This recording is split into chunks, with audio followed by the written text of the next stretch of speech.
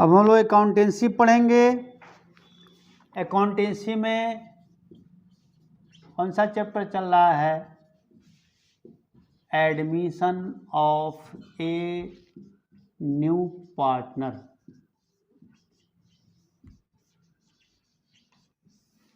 एक नए साझेदार का प्रवेश।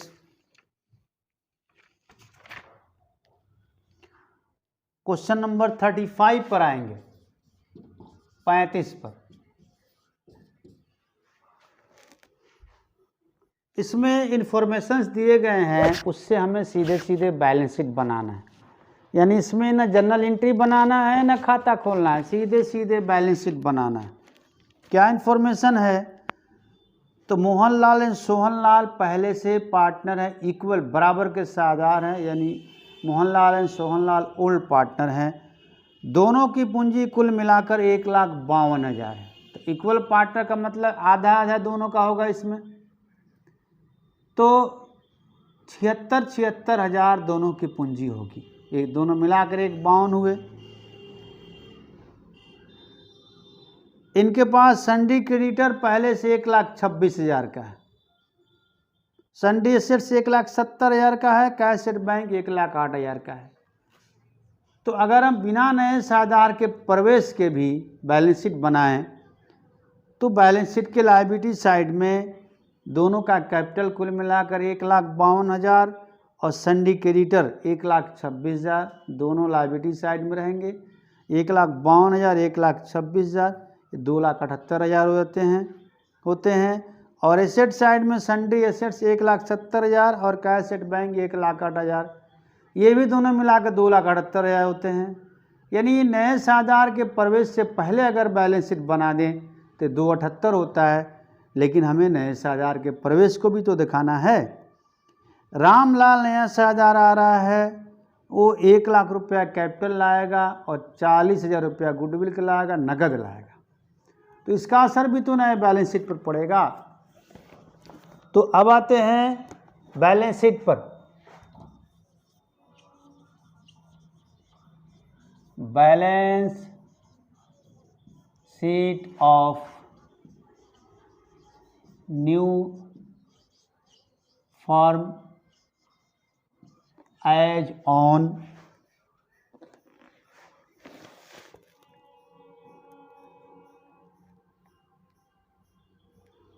तारीख इसमें नहीं दिया हुआ है, डॉट डॉट हम दे देते हैं।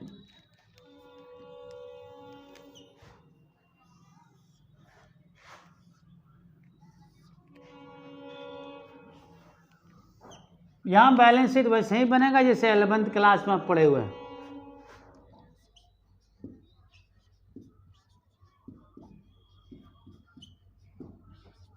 Liabilities, amount, assets, amount.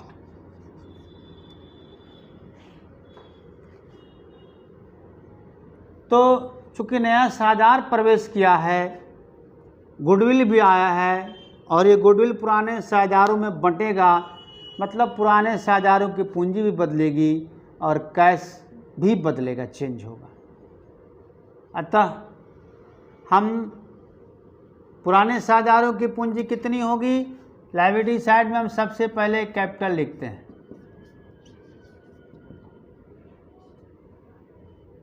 आप चाहें तो वर्किंग नोट में पार्टनर्स कैपिटल अकाउंट खोल सकते हैं छोटा सा, लेकिन पार्टनर्स कैपिटल अकाउंट आप भरबली भी समझ सकते हैं। पहले से दोनों की पूंजी कितनी कितनी है? पहले से दोनों की पूंजी 76,000 है, 76,000 दोनों जोड़ेंगे तो 1,52,000 1,52,000 होगा। गुडविल का जो पैसा है 40,000, ये तो ओल्ड पार्टनर में ही बटेगा सेक्रीफाइसिंग रेशियो में, और यहाँ ओल्ड रेशियो जब इक्वल है तो सेक्रीफाइसिंग भी इक्वल होगा। ठीक है, तो यानी 20,000 दोनों में बटेगा। तो गुडविल कैपिटल में जुटेगा या घटेगा?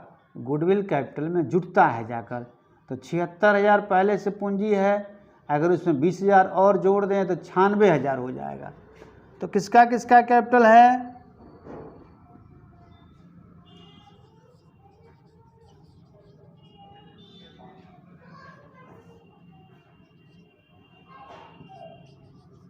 मोहनलाल,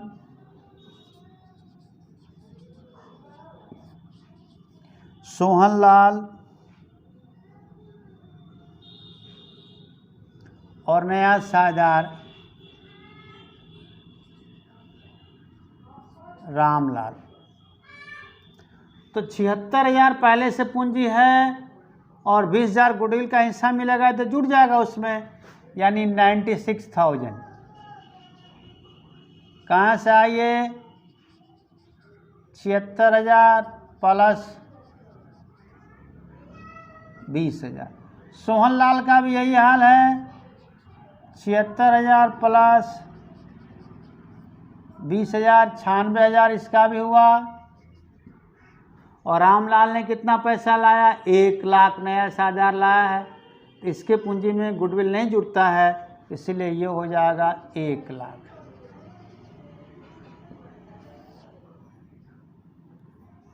अब इसे हम जोड़कर आउटर कॉलम में भेजेंगे।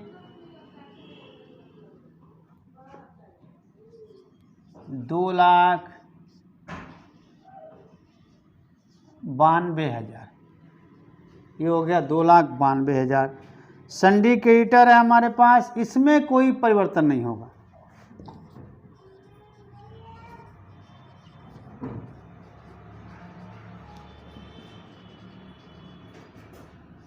$1,26,000 सिंडिकेटर हुआ, 1,26,000। अब आते हैं एसेट साइड में। सन्ड्री एसेट्स है, इसमें भी कोई परिवर्तन नहीं होगा, जितना पहले था उतना ही रहेगा, 1,70,000। कैसेट बैंक है, इसमें बदलाव आएगा। नए साझेदार के आने से पहले कैसेट बैंक हमारे पास था 1,08,000, लेकिन नया साझेदार आया है, पूंजी भी लाया है कैश में, गुडविल भी लाया है कैश में, तो दोनों जुटेंगे। पूंजी 1 लाख और गुडविल 40,000, दोनों पैसा आया है, दोनों जुटेगा। तो ये सब मिलाकर 2,48,000 हो गए। अब हम बैलेंस शीट का टोटल करते हैं।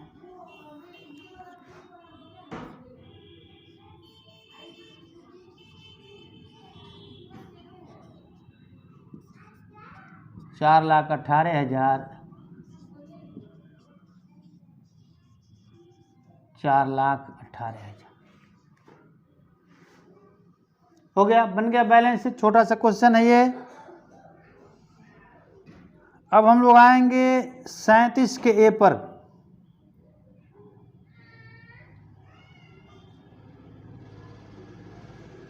इसमें दो खाते, revaluation account, partners capital account और बैलेंस शीट बनाना है।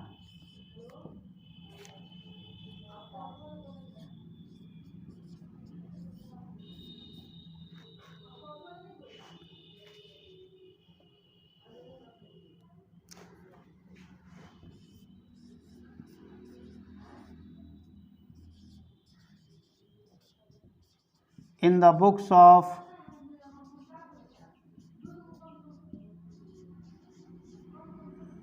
new firm,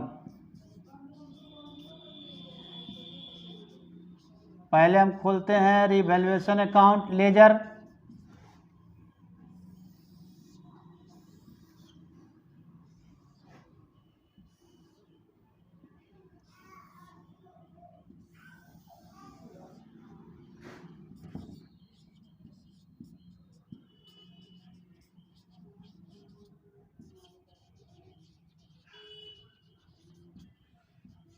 पार्टिकुलर्स अमाउंट, ये तो लेजर का फॉर्मेट हुआ।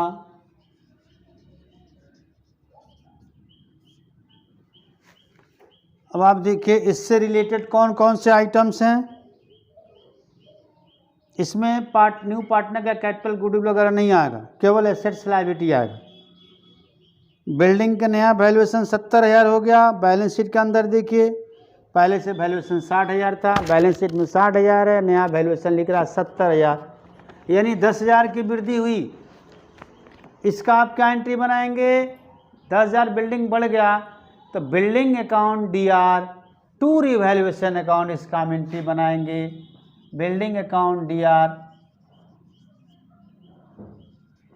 To revaluation account. तो अब आप एंट्री देखकर बताएं कि रिवैल्यूएशन के लेजर में पोस्टिंग किधर करेंगे। रिवैल्यूएशन क्रेडिट में है तो पोस्टिंग भी क्रेडिट में होगा। By building 10,000। फर्नीचर 10% कम करना है तो फर्नीचर में कमी का एंट्री, एसेट्स में कमी के लिए एसेट्स क्रेडिट होगा। Revaluation account DR to furniture account.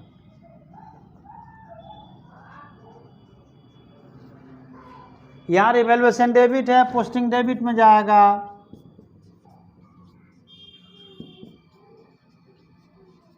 To furniture.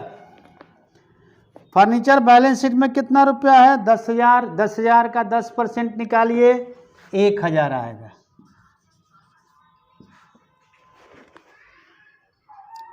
Debtor पर 5% प्रोविजन करना है, पहले से प्रोविजन नहीं है, यानी डेटर में कमी होगी। इसका लेखा क्या होगा? इसका भी लेखा होगा revaluation account DR to debtor लिखे या सीधे लिखे टू प्रोविजन फॉर बैड डेप्ट। यहाँ भी देखिए रिवैल्यूएशन डेबिट है, इसीलिए पोस्टिंग डेबिट में जाएगा।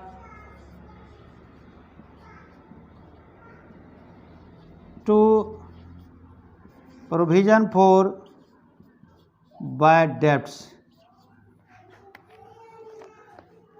कितना है? 5% करना है डेटर पर। डेटर मेरे पास 20,000 का है, 20,000 का 5% 1,000 होता है, ये भी 1,000 हुआ। क्रेडिटर का वैल्यूएशन, नया वैल्यूएशन 28,000 हुआ। पहले से देखते हैं बैलेंस शीट में क्रेडिटर कितना है? 30,000। क्रेडिटर घट गया। जब लायबिलिटी में कमी हो तो लायबिलिटी को हम डेबिट करते हैं। Creditors account DR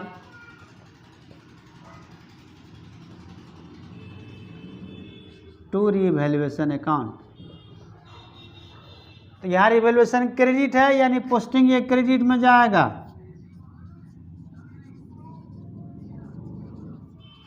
by creditors 30 से घट के 28 पर आ गया, 2,000 घटा। बस रिवैल्यूएशन का आइटम खत्म हुआ। अब आप ध्यान से देखिए इसमें किधर कम हो रहा है, किधर ज़्यादा हो रहा है। तो इस क्वेश्चन में हम देखते हैं क्रेडिट में 10 दो 12,000 है, डेबिट में 2 है। डेबिट घट रहा है तो जब भी रिवैल्यूएशन का डेबिट घटे तो प्रॉफिट होता है। To profit transfer to capital account. कौन कौन है पुराने सरदार? मोहनलाल एंड सोहनलाल। मोहनलाल सोहनलाल। 10,000 रुपया कम पड़ा, 10,000 का मुनाफा हुआ। अब इसमें ये लोग 5:3 में पार्टनर है पुराना सरदार। 5:3 में तो 10,000 का 5/8, 8 एकम 8, 2 पर 0 20, 8 दूना 16, 4 पर 0 40, 8 पंचे 40, 8 0 0, 8 पर 40 के 5 0 0, 50 25 के 5 हासिल 2 5 2 10 2 12 के 2 हासिल 1 5 5 1 6 6250 मोहनलाल के हिस्से में आएगा। 6250 और 3750 सोहनलाल के हिस्से में आएगा। और सब जोड़कर हम 10,000 ऑटो कॉलम में भेजेंगे। अब इस खाते को हम बंद कर देते हैं। टोटल हो गया 12,000। इस तरह से रिवैल्यूएशन अकाउंट मेरा कंप्लीट हुआ। अब इसमें 3 चीज़ बनाने हैं। पहला था रिवैल्यूएशन अकाउंट, दूसरा है पार्टनर्स कैपिटल अकाउंट, तीसरा है बैलेंस शीट। एक बात मैं आपको रिवैल्यूएशन अकाउंट के रूल के बारे में बता दूं कि रिवैल्यूएशन अकाउंट का एक और नाम है, वो है profit and loss adjustment account, PL adjustment account. कहीं कहीं क्वेश्चन में आपसे पूछा जा सकता है कि आप profit and loss adjustment account बनाइए, तो इसका आपको कोई अलग से मतलब निकालने की ज़रूरत नहीं है, ये रिवैल्यूएशन अकाउंट ही है। अब करना आपको ये है कि जहाँ जहाँ आप रिवैल्यूएशन लिख रहे थे वहाँ वहाँ प्रॉफिट एंड लॉस एडजस्टमेंट लिखना है, ये ध्यान रखना है, बाकी कोई परिवर्तन नहीं। तो रिवैल्यूएशन अकाउंट का दूसरा नाम है profit and loss adjustment account. याद रखिए, profit and loss appropriation account नहीं, profit and loss adjustment account. अब हम इस क्वेश्चन में पार्टनर्स कैपिटल अकाउंट खोलेंगे। 2 पहले से और एक नया, कुल मिला के 3 पार्टनर्स हो गए, यानी अमाउंट के 3-3 खाने दोनों तरफ हम खींचेंगे।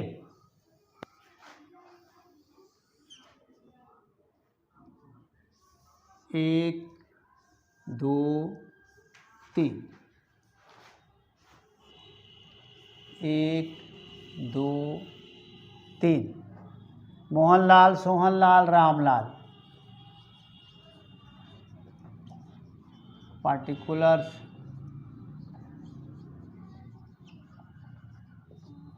मोहनलाल, सोहनलाल, रामलाल।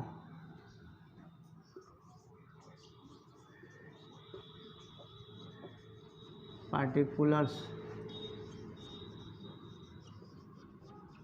मोहनलाल,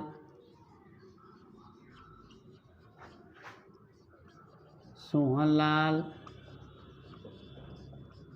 रामलाल। ये इसका फॉर्मेट हुआ, खाका हुआ। अब आते हैं, जब भी हम कैपिटल अकाउंट खोलेंगे सबसे पहले क्या लिखेंगे? सबसे पहले ओपनिंग बैलेंस की एंट्री करेंगे इसमें, यानी बैलेंस बीडी लिखेंगे। और बैलेंस शीट के लायबिलिटी साइड का बैलेंस बीडी हमेशा क्रेडिट में रहेगा। तो बाई बैलेंस बीडी। तो देखते हैं बैलेंस शीट में इनका बैलेंस बीडी, सॉरी 37 का ए है ये, सॉरी यहाँ नाम बदलना पड़ेगा, नाम गलत लिख लिया गया है।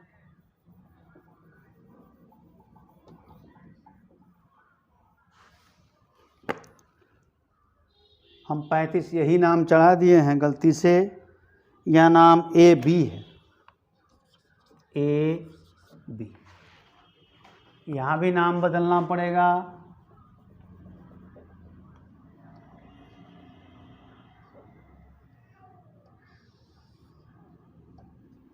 ए बी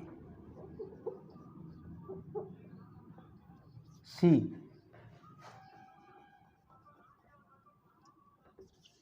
ए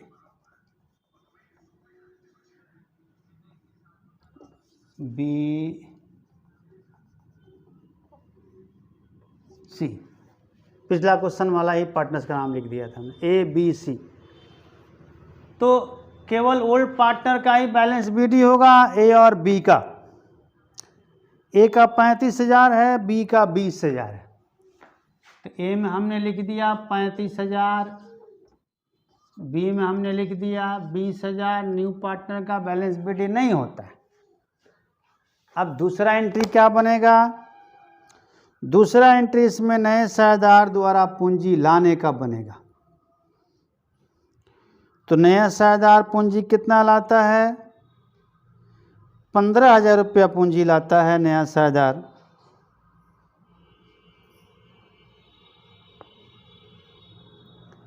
तो इसका एंट्री होगा, इस क्वेश्चन में कैश है इसलिए हम कैश से बना सकते हैं। इसका एंट्री बनेगा cash account DR to C's capital account. तो सीज कैपिटल अकाउंट क्रेडिट में है तो पोस्टिंग भी क्रेडिट में जाएगा बाई कैश। सी के खाने में आप लिखिए 15,000।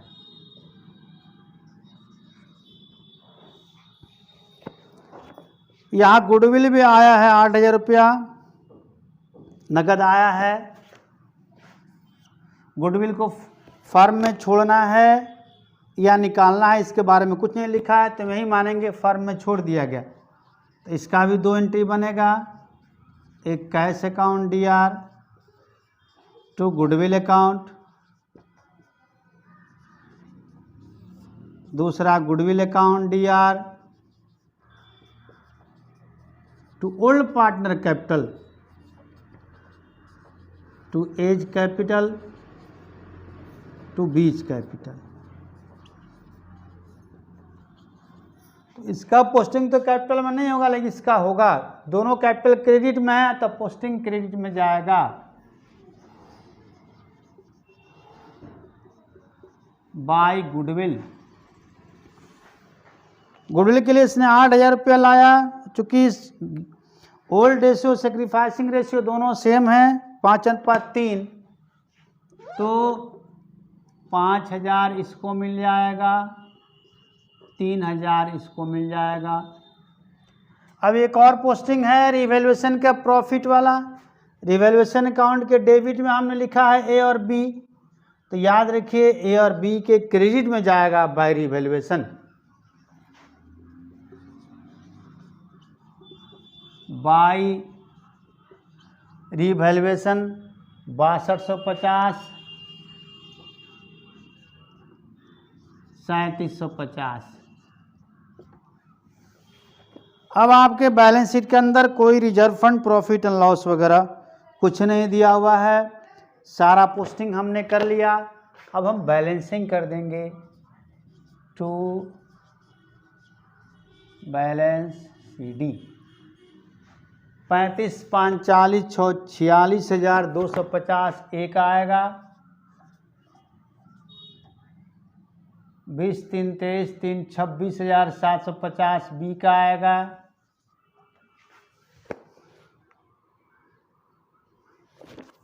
और 15,000 सी का आएगा। अब इस खाते को हम क्लोज कर देते हैं।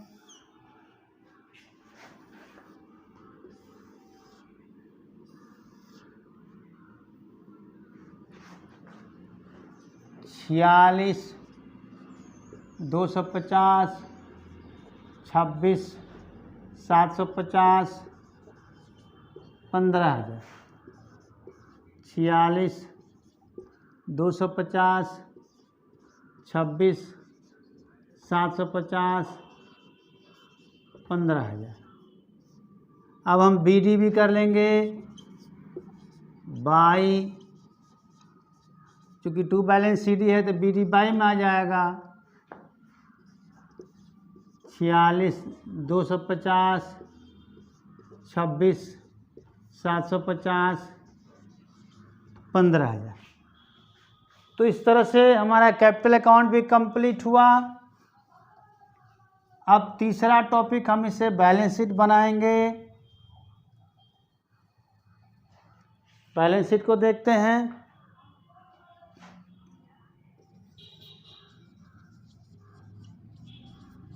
Balance sheet of new firm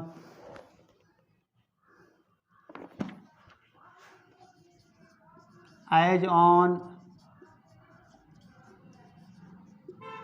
1 April 2019।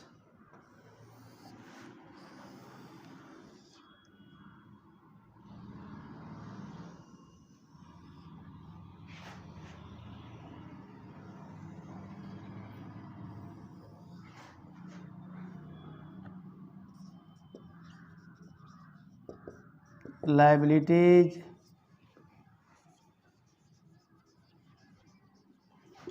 Amount, assets, amount.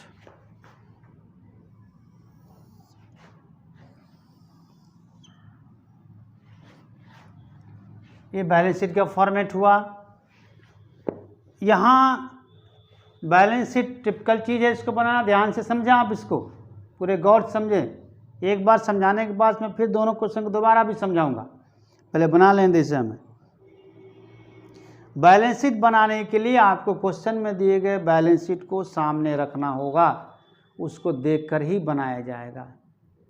3-4 बातों पर गौर कर लें आप। क्वेश्चन में जो बैलेंस शीट दिया गया है उसमें 3-4 तरह के टॉपिक्स आएंगे। कुछ टॉपिक्स ऐसे होंगे उसमें जिसमें बड़ा बदलाव आया होगा, चेंजिंग हुआ होगा, बड़ा बदलाव, ज़्यादा बदलाव, जैसे कैपिटल और कैश। ये दोनों टॉपिक्स ऐसे हैं इसमें बड़ा बदलाव, तो इसका नया बैलेंस लिखेंगे। पुराना बैलेंस, जैसे कैपिटल अकाउंट का पुराना बैलेंस 35-20 है, उसको नहीं लिखेंगे हम। कैपिटल अकाउंट का नया बैलेंस लिखेंगे 46,250, 26,750, 15 लिखेंगे। कैश अकाउंट में बदलाव आया होगा, पहले से पूंजी है, गुडविल आया, नया कैपिटल आया, सब जोड़कर, अगर निकला है गुडविल तो घटाकर, जैसे हो उसका भी नया बैलेंस लिखेंगे। दूसरे कुछ आइटम ऐसे होंगे जिसमें माइनर चेंजिंग, थोड़ा बहुत परिवर्तन हुआ है, जैसे बिल्डिंग में वृद्धि हुई है, जोड़ के दिखाएंगे। क्रेडिटर में वृद्धि हुई है, नया बैलेंस दिखाएंगे। फर्नीचर में कमी हुई है, घटा के दिखाएंगे। डेटर में कमी हुई है, घटा के या नया बैलेंस दिखाएंगे। तो बड़ा परिवर्तन हुआ हो या छोटा, नया बैलेंस दिखाना है, पुराना वाला नहीं दिखाना है। कुछ आइटम ऐसे होंगे जो कैपिटल अकाउंट में मर्ज कर जाते हैं, जैसे reserve fund, general reserve, profit and loss, तो ये वाला आइटम इस क्वेश्चन में नहीं है, इसका तो बात ही खत्म हुआ। कुछ आइटम ऐसे होंगे कैपिटल अकाउंट में मर्ज कर गए तो ख़त्म हो गए, जैसे बताया मैंने अभी, general reserve, reserve fund, profit and loss. तो कैपिटल अकाउंट में जब मर्ज कर गए, शामिल हो गए, तो उसको नए वाले बैलेंस शीट में नहीं दिखाना है, उसको नए वाले बैलेंस शीट में नहीं दिखाना, वो तो आइटम है ही नहीं इसमें। कुछ ऐसे भी आइटम हो सकते हैं जो क्वेश्चन वाले बैलेंस शीट में नहीं है लेकिन एडजस्टमेंट में दिए गए हैं, उसको नए बैलेंस शीट में दिखाया जाता है, वो भी आइटम इस क्वेश्चन में नहीं है, ये भी बात खत्म हुई। कुछ आइटम ऐसे होंगे जिसमें कोई परिवर्तन नहीं हुआ, ज्यों का त्यों है, उसको ज्यों का त्यों नए बैलेंस शीट में भी रख देंगे। जैसे बिल पेबल है, इसमें बिल पेबल है, ये आइटम ऐसा है जिसमें कोई चेंजिंग नहीं, इसको ज्यों का त्यों उतारेंगे। तो क्वेश्चन वाले बैलेंस शीट और एडजस्टमेंट को ध्यान में रखकर हम बनाएंगे। अब आते हैं लायबिलिटी साइड में। सबसे पहले हम कैपिटल लिखेंगे। पहले 2 पार्टनर थे, केवल ए और बी का था, अब 3-3 आदमी हो गए, तो 2 चेंजिंग हुआ इसमें। एक तो एक पार्टनर बढ़ गया, दूसरा कैपिटल का नया बैलेंस लिखा जाएगा, ये वाला बैलेंस BD 46,250, 26,750, 15,000, सब जोड़ का आउटर कॉलम में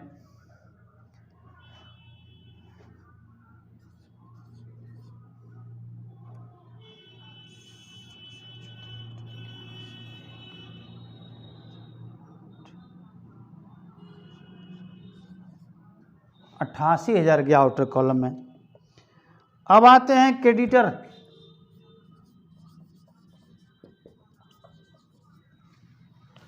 क्रेडिटर पहले से 30,000 है, लेकिन क्वेश्चन में लिखा है कि 2,000 उसमें कमी करनी है, 28,000 हो जाना है।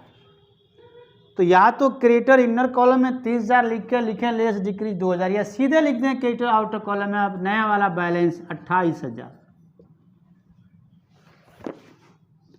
बिल पेएबल बीपी,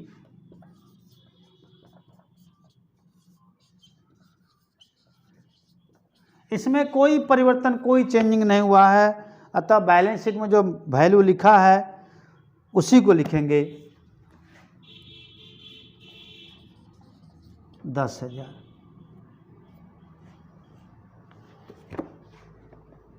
चलिए लायबिलिटी साइड का आइटम खत्म हुआ, अब एसेट साइड में आते हैं। फर्नीचर,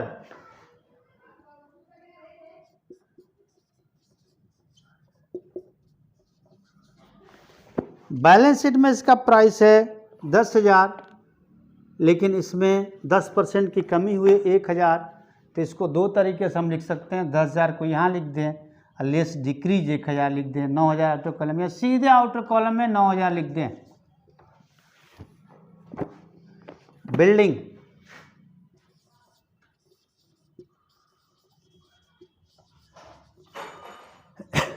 इसमें वृद्धि हुई है, पहले से बिल्डिंग हमारा 60,000 है और लिख रहा है कि अब 70,000 हो जाएगा। तो इसका भी दो तरीका है, या तो 60,000 इनर कॉलम में लिखें, एड इंक्रीज 10,000 लिख दें, अमाउंट खाने में 70,000, या इनर कॉलम में ना लिख के सीधे अमाउंट खाने में लिख दें हम 70,000। डेटर्स,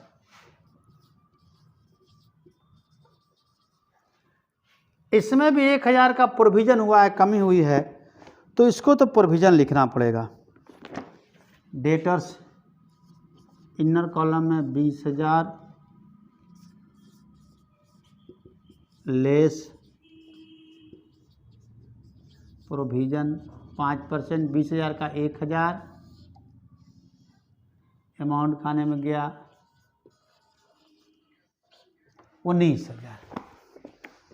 कैश,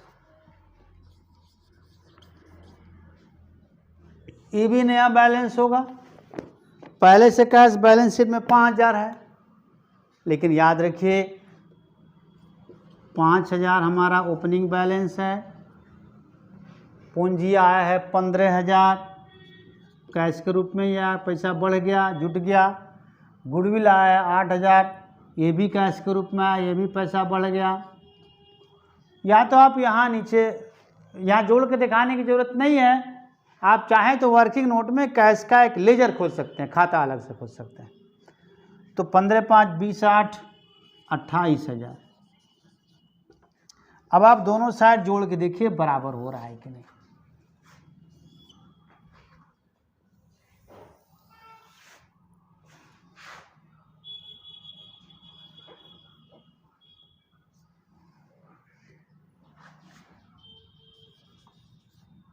आठ 8 16 के 6 हासिल 1 8 2 10 11 1 12 1,26,000।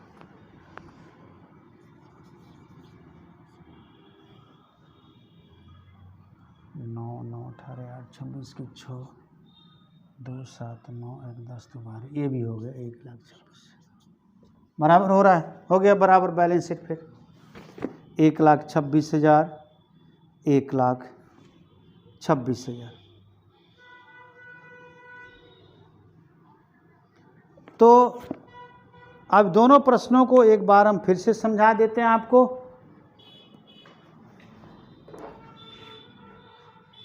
पहले क्वेश्चन नंबर 35 देखिए, उसके बाद 37 क्या है देखिए। 35 में क्या है कि मोहनलाल और सोहनलाल दो पार्टनर हैं, पहले से इक्वल पार्टनर हैं, आधा आधा के साझेदार हैं, बराबर के साझेदार हैं। इन दोनों की पूंजी कुल मिलाकर 1,52,000 है, जिसे यदि हम बराबर दो भागों में बांटेंगे तो 76,000 आएगा। संस्था के पास फर्म के पास 1,70,000 का सन्ड्री एसेट्स है, 1,08,000 का कैश एट बैंक है, 1,26,000 का सन्ड्री क्रेडिटर है। ये सब नए साझेदार रामलाल के आने से पहले का। तो अब रामलाल नया साझेदार आ रहा है, 1,00,000 रुपया पूंजी के रूप में लाया, 40,000 रुपया गुडविल के रूप में लाया।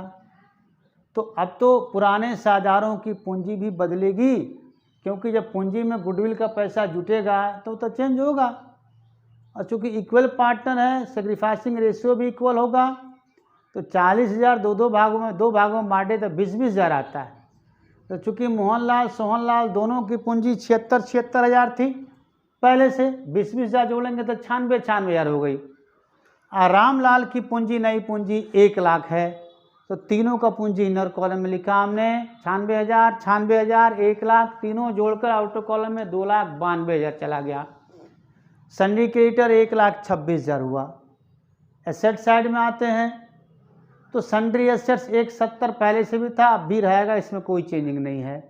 कैश एट बैंक चेंजिंग होगा, पहले से 1,08,000 था, नया साझेदार 1,00,000 रुपया पूंजी लाया, नगद कैश लाया, 40,000 गुडविल ये भी कैश लाया, तो पैसा बढ़ जाएगा दोनों से, 2,48 हो गया, बैलेंस शीट बराबर हुआ 4,18।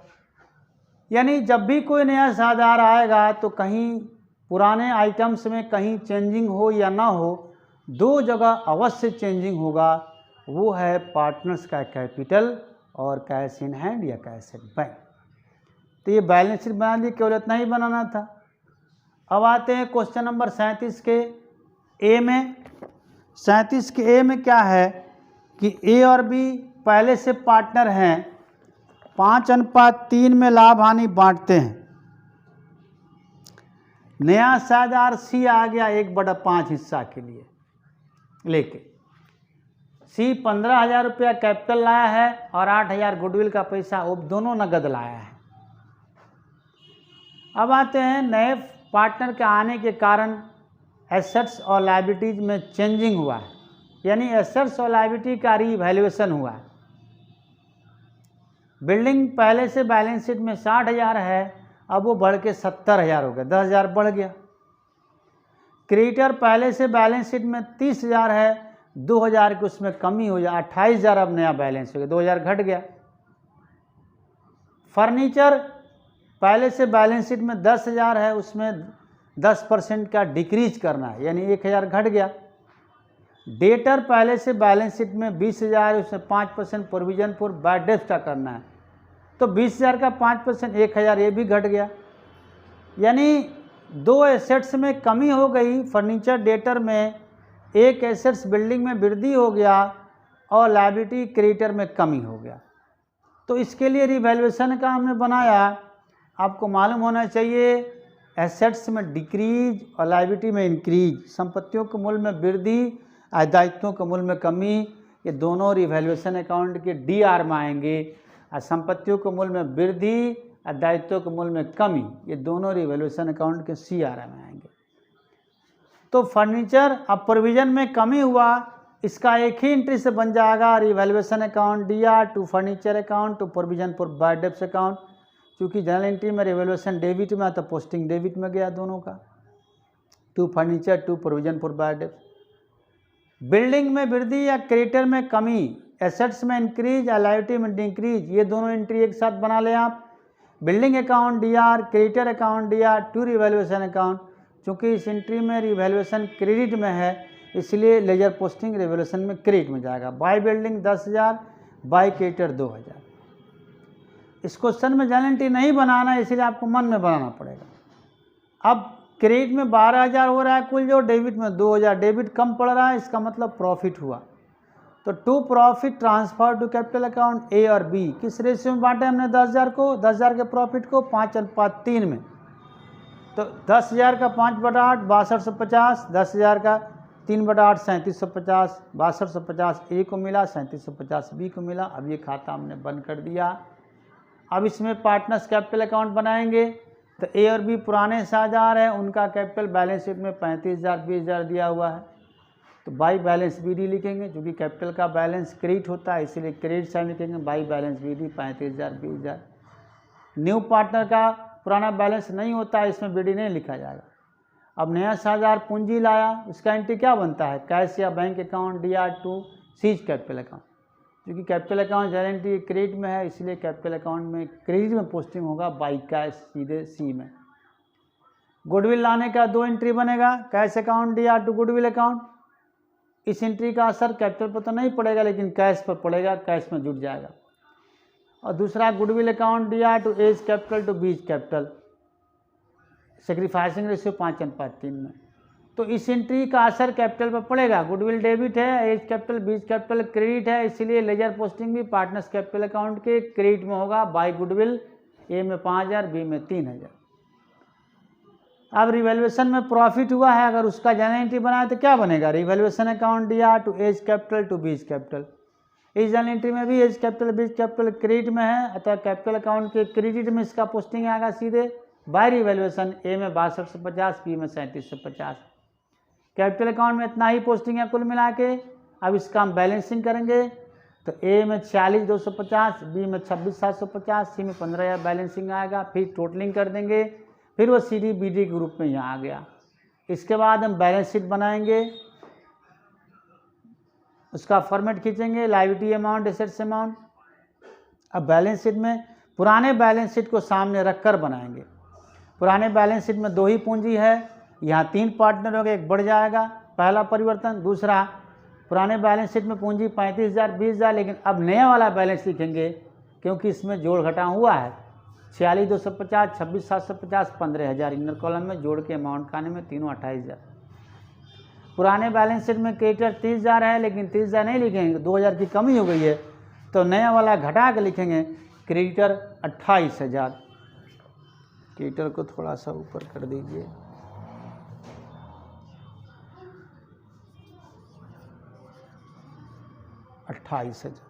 क्रेडिटर 28,000।